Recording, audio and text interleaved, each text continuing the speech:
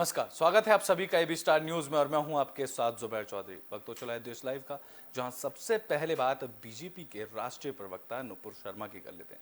दरअसल बीजेपी की राष्ट्रीय प्रवक्ता नुपुर शर्मा पर एफआईआर दर्ज हुई है। यह एफआईआर पैगंबर मोहम्मद के बारे में टिप्पणी करने को लेकर दर्ज की गई है। बता दें कि भारतीय जनता पार्टी की राष्ट्रीय प्रवक्ता नुपुर शर्मा के खिलाफ महाराष्ट्र में मामला दर्ज किया गया है। उन पर इस्लाम के पैगंबर मोहम्मद के खिलाफ विवादित टिप्पणियां करने को लेकर आरोप है। कथित तौर पर उन्होंने राष्ट्रीय चैनल पर पैगंबर मोहम्मद के खिलाफ आपत्तिजनक टिप्पणी की। इसके बाद उनके खिलाफ सुन्नी बरेलवी संगठन रजा अकादमी की तरफ से शिकायत दर्ज की गई है। पुलिस ने बताया कि नुपुर शर्मा के खिलाफ धार्मिक भावनाओं को आहत करने, द्वेष भाव फैलाने और दूसरे धर्म के खिलाफ टिप्पणी करने के आरोप में ये मामला दर्ज किया गया है। बता दें कि नुपुर शर्मा एक निजी टीवी चैनल की डिबेट में हिस्सा लेने पहुंची थी। यह डिबेट वाराणसी के ज्ञानवापी मस्जिद पर थी। आरोप है कि उन्होंने इसी दौरान इस्लाम के पैगंबर मोहम्मद के खिलाफ विवादित टिप्पणियां की। इसके बाद उनके खिलाफ कार्रवाई की मांग लगातार की जा रही है। दरअसल बहस के दौरान नुपुर शर्मा ने कथित तौर पर कहा कि यदि लोग लगातार हिंदू आस्था का मजाक उड़ा रहे हैं तो वह भी इस्लाम को लेकर ऐसा ही मजाक कर सकती हैं। इसके बाद उन्होंने कथित तौर पर पैगंबर मोहम्मद से जुड़ी एक घटना का जिक्र मजाकिया अंदाज में किया। उनके इस बयान का वीडियो सोशल मीडिया पर वायरल हो गया, जिसके बाद लगातार उनके खिलाफ कार्रवाई करने की मांग उठ रही है। इसके बाद उन्होंने खुद सामने आकर यह बताया कि उन्हें अब जान से मारने की धमकियां भी मिल रही हैं। इस टिप्पणी के बाद बीजेपी के राष्ट्रीय प्रवक्ता ने दावा किया कि उन्हें और उनके परिवार को इस मामले के बाद जान से मारने और रेप की धमकियां मिल रही हैं। नुपुर ने खुद को मिल रही धमकी भरे संदेशों के बारे में दिल्ली पुलिस को ट्विटर के जरिए सूचना भी दी। उन्होंने कहा कि सोशल मीडिया के माध्यम से मुझे और मेरे परिवार के सदस्यों के खिलाफ सिर काटने तक की धमकी मिल रही है।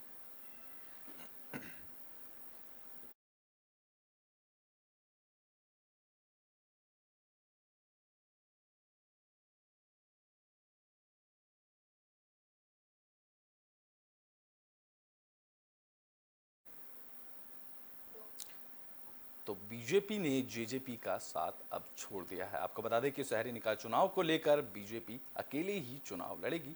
यह फैसला जेजेपी के लिए बड़ा ही अहम माना जा रहा है। भारतीय जनता पार्टी में हरियाणा में दुष्यंत चौटाला की पार्टी का शहरी निकास चुनाव में साथ नहीं चाहती। यही कारण है कि यह चुनाव उन्होंने अकेले लड़ने का फैसला किया है। उनसे जेजेपी को झटका लगा है। यह झटका जेजेपी के लिए बड़ा माना जा रहा है, क्योंकि अब शहरी निकाय चुनाव में उनको बीजेपी का साथ नहीं मिलेगा। बीजेपी ने समय से पहले ही दिया दुष्यंत और उनकी पार्टी को यह बड़ा झटका दिया है। आपको बता दें कि हरियाणा में दूसरी बार सत्ता में आई बीजेपी जब अपने 75 पार के नारों को जीत में तब्दील कर सकी, तब 27 अक्टूबर 2019 को उनके शीर्ष नेतृत्व ने 10 विधायकों वाली जननायक जनता पार्टी के साथ गठजोड़ किया, जिसमें इनेलो ने अलग होकर पहली बार चुनाव लड़कर 10 विधायक जीतने वाली जेजेपी बार बार कहती रही कि यह गठबंधन लंबा चलेगा। लेकिन इस खबर के बाद ऐसे कयास लगाए जा रहे हैं कि यह गठबंधन में एक दरार पैदा हो गई है। बीजेपी ने भी उनकी हाँ में हाँ मिलाई थी, लेकिन दो साल 7 महीने के बाद बीजेपी और जेजेपी की राजनीतिक राहें अब अलग हो रही नजर आ रही हैं। बीजेपी की तरफ से शहरी निकास चुनाव जेजेपी के साथ मिलकर लड़ने की बजाय अकेले लड़ने के फैसले से उप मुख्यमंत्री दुष्यंत चौटाला और अजय चौटाला को तगड़ा झटका लगा है। बीजेपी और जेजेपी के बीच गठबंधन कराने में केंद्रीय खेल मंत्री अनुराग ठाकुर का एक अहम योगदान रहा, जिसके बाद अब उनके बीच दरारें नजर आ रही हैं। बता दें कि बीजेपी ने हालांकि अभी जेजेपी के साथ सिर्फ चुनावी गठबंधन तोड़ा है, लेकिन यह माना जा रहा है कि जिस तरह से दोनों दलों के रिश्तों में गांठ पड़ गई है, उसे शक है कि अब यह रिश्ते लंबा कैसे चल पाएगा। जननायक जनता पार्टी भी पहले से बीजेपी के इस फैसले के बारे में जानकारी थी, जिसके बाद जेजेपी की 3 दिन पहले पंचकुला में हुई बैठक में राज्य के सभी 46 शहरी निकायों में मजबूती के साथ चुनाव लड़ने की रणनीति पर चर्चा की गई थी, जिसके बाद अब बीजेपी ने यह अहम फैसला लिया है कि अब वह शहरी निकाय चुनाव जेजेपी के साथ गठबंधन के साथ नहीं लड़ेगी। बीजेपी अकेली ही हरियाणा में शहरी निकाय चुनाव लड़ेगी।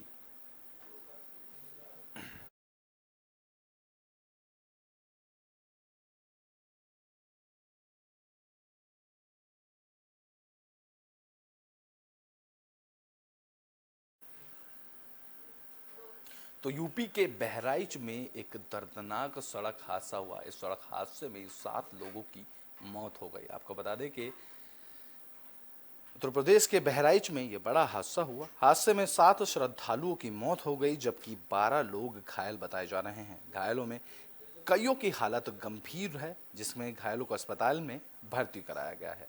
जानकारी के अनुसार बहराइच लखीमपुर खीरी हाईवे पर रविवार की सुबह यह बड़ा हादसा हुआ। बहराइच लखीमपुर मार्ग पर ट्रक और टेम्पो ट्रैवलर में आमने सामने से टक्कर हो गई, जिसके बाद यह हादसा हुआ। हादसे में घटनास्थल पर ही 5 लोगों की दर्दनाक तरीके से मौत हो गई, जबकि 2 लोगों ने अस्पताल में दम तोड़ दिया। कुल मिलाकर 7 लोगों की मौत इस हादसे में हो गई है। घायलों को इलाज के लिए जिला अस्पताल ले जाया गया है। बताया जा रहा है कि 12 लोग गंभीर रूप से घायल हैं, जिनका अस्पताल में इलाज चल रहा है, जबकि बाकी शवों को कब्जे में लेकर पोस्टमार्टम के लिए भेज दिया गया है। इस दौरान मोतीपुर थाना अध्यक्ष मुकेश सिंह ने बताया कि सूचना मिली थी कि बहराइच लखीमपुर मार्ग पर नैनीहा के पास ट्रक और टेम्पो ट्रैवलर के आमने सामने की भिड़ंत हो गई। भिड़ंत तेजी होने के कारण टेम्पो ट्रैवलर के परखच्चे उड़ गए, जिसके बाद 5 शवों को बाहर निकाला गया। घायलों को इलाज के लिए जिला अस्पताल भेजा गया, जो कि 2 लोगों ने अस्पताल में दम तोड़ा। मौके पर जिलाधिकारी और पुलिस अधीक्षक पहुंचे, जिन्होंने सारी बात का जायजा लिया। अब इस हादसे को लेकर पुलिस जांच कर रही है।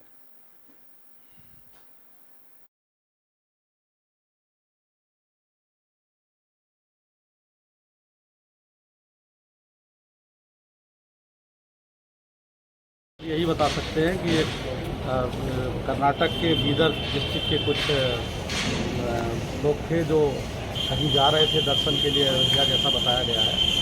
तो वहाँ पर दुर्घटना हुई, जिसमें 7 लोगों की मृत्यु हुई है। शेष लोगों का यहाँ पर अस्पताल में लाया गया है, उनका समुचित इलाज कराया जा रहा है। और हम लोग ये कोशिश कर रहे हैं कि जो घायल हैं उनको सेफली बचाया जा सके और उनका समुचित इलाज हो सके।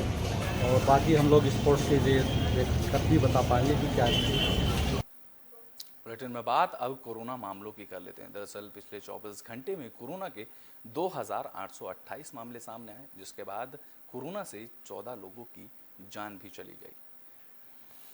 देश में कोरोना के मामलों में रविवार को फिर से इजाफा हुआ है। बता दें कि स्वास्थ्य मंत्रालय ने बताया कि बीते 24 घंटे में कोरोना के नए 2828 मामले दर्ज किए गए हैं।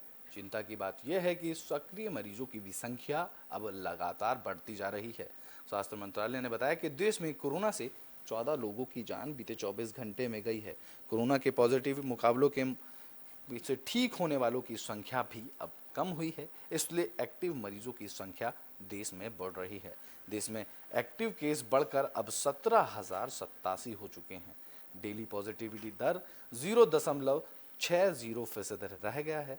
कोरोना से अब कुल 4,26,11,370 लोग ठीक हो चुके हैं, यानी कि कोरोना को 4 करोड़ से ज़्यादा लोग मात दे चुके हैं। इससे पहले शनिवार को कोरोना संक्रमण के 2,685 नए मामले सामने आए थे। स्वास्थ्य मंत्रालय के मुताबिक इस दौरान कोरोना से 2,158 मरीज ठीक भी हुए थे। इसके अलावा 33 मरीजों की महामारी से मौत हुई थी। वहीं बात दिल्ली की करें तो राष्ट्रीय राजधानी दिल्ली में पिछले 24 घंटे में कोरोना के 442 नए मामले सामने आए थे। इस दौरान 428 लोग डिस्चार्ज हुए और कोरोना से एक भी मौत दिल्ली से सामने नहीं आई थी।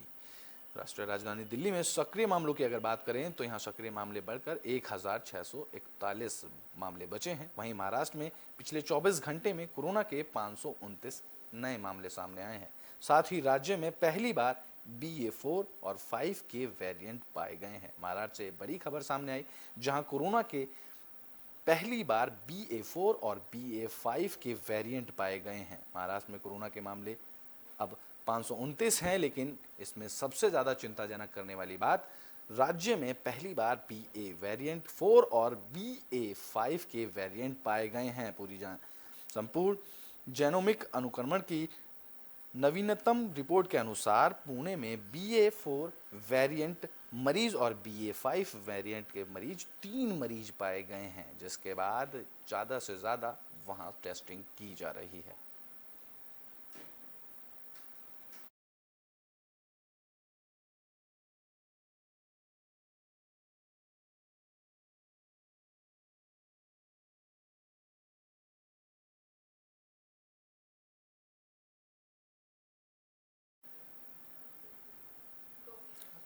तो कठुआ जिले में एक खेत के अंदर ड्रोन मिला। यह ड्रोन नशीले पदार्थों से बंधा हुआ था, जिसको अब पकड़ा गया है। बता दें कि कठुआ जिले के मरीन ब्लॉक के अंतर्गत धली गांव में आज सुबह ही रविवार की सुबह खेत में एक ड्रोन बरामद हुआ। ड्रोन के साथ बांधे गए नशीले पदार्थों के 3 पैकेट भी पुलिस को बरामद हुए हैं। पुलिस ने तुरंत ही घटनास्थल पर पहुंचकर ड्रोन को अपने कब्जे में लेकर आगे की कार्रवाई शुरू कर दी है। जानकारी के अनुसार रविवार सुबह 9 बजे मरीन ब्लॉक के अंतर्गत गांव धली के रहने वाले नानक सिंह और उनके पुत्र दिलीप कुमार अपने खेतों में गए और उन्होंने वहां पर ड्रोनों को खेतों के बीचों बीच पाया। उसके तुरंत ही बाद इसकी सूचना उन्होंने स्थानीय पुलिस को दी। पुलिस के आला अधिकारी अपने दल बल के साथ घटनास्थल पर पहुंच गए और ड्रोन को अपने कब्जे में ले लिया। ड्रोन के साथ बांधे गए नशीले पदार्थों के 3 पैकेट भी ड्रोन के साथ मिले। हालांकि अभी तक इसकी आधिकारिक रूप से पुष्टि की जाना बाकी है, लेकिन इन पैकेटों में नशीले पदार्थ हैं या कोई अन्य वस्तु, फिलहाल इसके लिए जांच की जा रही है। ये बात बीते शनिवार को सीमावर्ती पुंछ जिले में नियंत्रित रेखा के पास करीब 44 किलोग्राम हीरोइन बरामद हुई थी। सेना और पुलिस का यह संयुक्त अभियान पिछले 3 दिनों से पुंछ में एलओसी से सटे बग्याल, दरा, माल्टी खाड़ी आदि क्षेत्रों में था, क्योंकि पाकिस्तान पर नार्को टूरिज्म का सहारा लिया जा रहा है। यही वजह है कि आए दिन जम्मू कश्मीर सहित पंजाब के सीमावर्ती बॉर्डर के इलाकों पर ड्रोन की मदद से नशीले पदार्थों की तस्करी जारी है। जिसके बाद अब ये खबर आज रविवार सुबह सामने आई, जहां कठुआ जिले में मरीन ब्लॉक के अंतर्गत धली गांव में सुबह ही खेत में ड्रोन बरामद हुआ। जानकारी मिली कि सुबह 9 बजे मरीन ब्लॉक के अंतर्गत गांव धली के रहने वाले नानक सिंह और उनके बेटे दिलीप कुमार अपने खेत में काम करने गए थे। यहां उन्हें ड्रोन खेतों के बीचों बीच पाया, जिसके बाद उन्होंने तुरंत ही इसकी सूचना स्थानीय पुलिस को दी। पुलिस के आला अधिकारी अपने दल और बल के साथ घटनास्थल पर पहुंच गए और ड्रोन को अपने कब्जे में ले लिया, जिसके बाद ड्रोन की जांच की जा रही है। अभी इसकी भी पुष्टि की जा रही है कि ड्रोन के साथ जो 3 पैकेट बंदे मिले हैं, क्या वो नशीले पदार्थ हैं, क्योंकि हाल ही में देखा गया है कि अब पाकिस्तान नार्को टूरिज्म का सहारा ले रहा है। यही वजह है कि आए दिन जम्मू कश्मीर समेत पंजाब के सीमावर्ती इलाकों में ड्रोन की मदद से नशीले पदार्थों की तस्करी जारी है, जिसके बाद ये इसकी जाँच कर रहे हैं।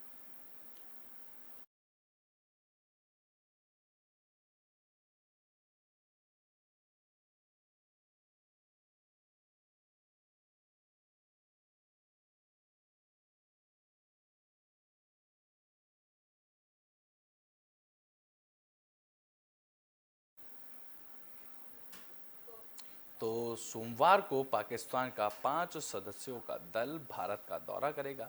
इसको लेकर पानी और बिजली को लेकर सभी परियोजनाओं पर चर्चा की जाएगी। पाकिस्तान का 5 सदस्यीय दल सोमवार को भारत दौरे पर पहुंचेगा। भारत पहुंचने के बाद दोनों देशों के बीच, पक्षों के बीच सिंधी जल के तहत जल विद्युत परियोजना पर भी चर्चा की जाएगी। बैठक के दौरान दोनों ही देशों के दल बाढ़ की अग्रिम सूचना और सिंधु जल के स्थायी आयोग के वार्षिक रिपोर्ट पर भी चर्चा कर सकते हैं। दोनों देशों के प्रतिनिधिमंडल के बीच जल संधि के अनुच्छेद 11 के अंतर्गत 1000 मेगावाट की पालक दूल और पश्चिमी की ओर से बहने वाली नदियों पर भारत सरकार की तरफ से बनाई जा रही कुल 48 मेगावाट निचली कलनई और 624 मेगावाट की कीरू जल विद्युत परियोजनाओं पर भी चर्चा की जा सकती है। मार्च 2022 में भी दोनों देशों के बीच बातें हुई थी। पाकिस्तान के सिंधु जल आयुक्त सैयद मेहर अली शाह ने जानकारी देते हुए बताया कि PCIW स्तर पर दोनों देशों के बीच यह 118वीं द्विपक्षीय बैठक होगी। बड़ी बात यह है कि दोनों देशों के बीच PCIW के स्तर पर दोनों के बीच ये 118वीं द्विपक्षीय बैठक है। सोमवार को होने वाली इस बैठक में पहले दोनों देशों के बीच 2 से 4 मार्च 2022 को इस्लामाबाद में 3 दिन की वार्ता हुई थी।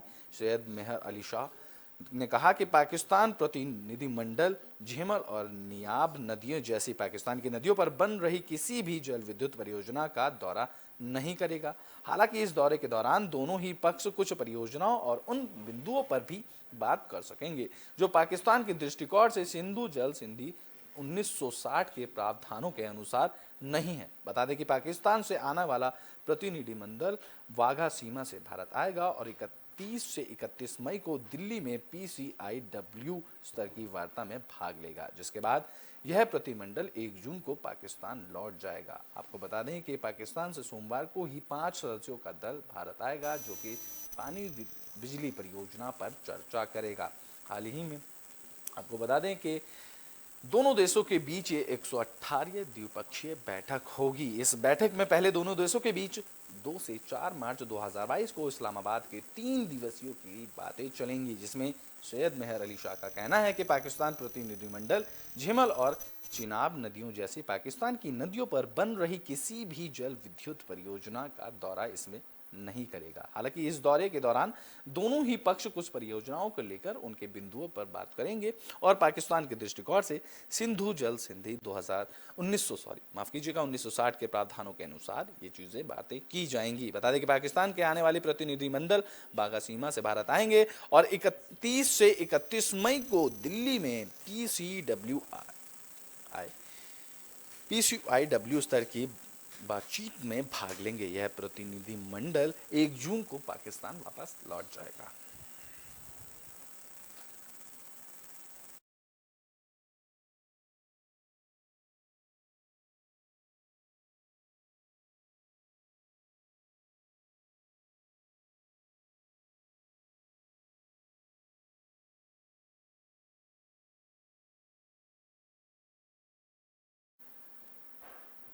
बुलेटिन के आखिरी में बात तो नेपाल के विमान की कर लेते हैं। दरअसल नेपाल में यात्रियों से भरा विमान लापता हो गया। बता दें कि पोखरा से जोमसोम जा रहे यात्रियों का विमान लापता हुआ है। भारत के पड़ोसी देश नेपाल से एक बड़ी खबर सामने आ रही है। बताया जा रहा है कि यहाँ पोखरा से जोमसोम के लिए उड़ान भरने वाले तारा एयरलाइंस के विमान 9NAET का संपर्क टूट गया, जिसके बाद जानकारी के अनुसार यह विमान 9:55 पर इस विमान ने उड़ान भरी थी।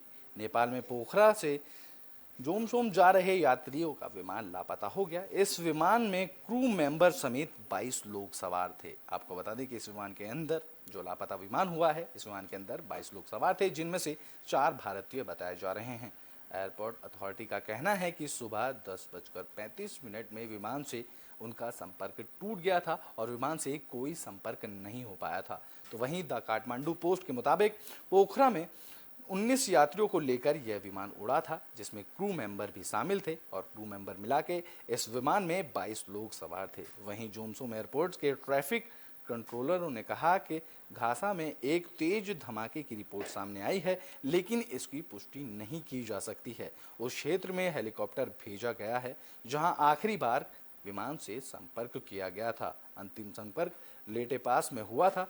इस यात्री विमान में 13 नेपाली, 4 भारतीय, 2 जर्मन और चालक दल के साथ 3 सदस्य और सवार थे। तारा एयर के मुताबिक विमान में जो 4 भारतीय सवार थे, उनके नाम कुमार त्रिपाठी, धनुष त्रिपाठी, ऋतिका त्रिपाठी और वैभवी है। आपको बता दें कि इस विमान में 4 भारतीय भी सवार थे और अब ये विमान लापता हो गया है।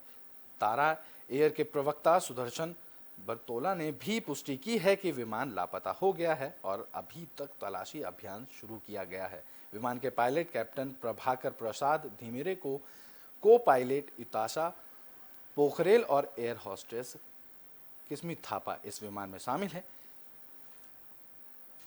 मुख्य जिलाधिकारी नेत्र प्रसाद शर्मा ने मीडिया से बातचीत करते हुए कहा कि विमान को मस्टैंग जिले में जोमसोम के आसमान के ऊपर देखा गया था, फिर माउंट धौलागिरी की ओर विमान मुड़ गया, जिसके बाद इसका संपर्क टूट गया। नेपाली गृह मंत्रालय के प्रवक्ता मणि पोखरेल ने कहा कि लापता विमान की तलाशी के लिए मस्टैंग और पोखरा में 2 निजी हेलीकॉप्टर तैनात किए गए हैं। नेपाली सेना के हेलीकॉप्टर को भी तलाशी के लिए तैनाती की तैयारी की जा रही है। बता दें कि नेपाली सेना के हेलीकॉप्टर को भी इस तलाशी अभियान के लिए तैनाती की तैयारी की जा रही है, जिसके बाद इस विमान का पता लगाया जाएगा। आपको बता दें कि इस विमान में क्रू मेंबर समेत 22 लोग सवार थे और इस विमान का संपर्क टूट गया और यह विमान 10 बजे से लापता है, क्योंकि 10 बजे के अनुमान के समय के अनुसार 10 बजे इस विमान से सभी का एयरलाइंस का संपर्क टूट गया था, जिसके बाद यह विमान लापता हो गया।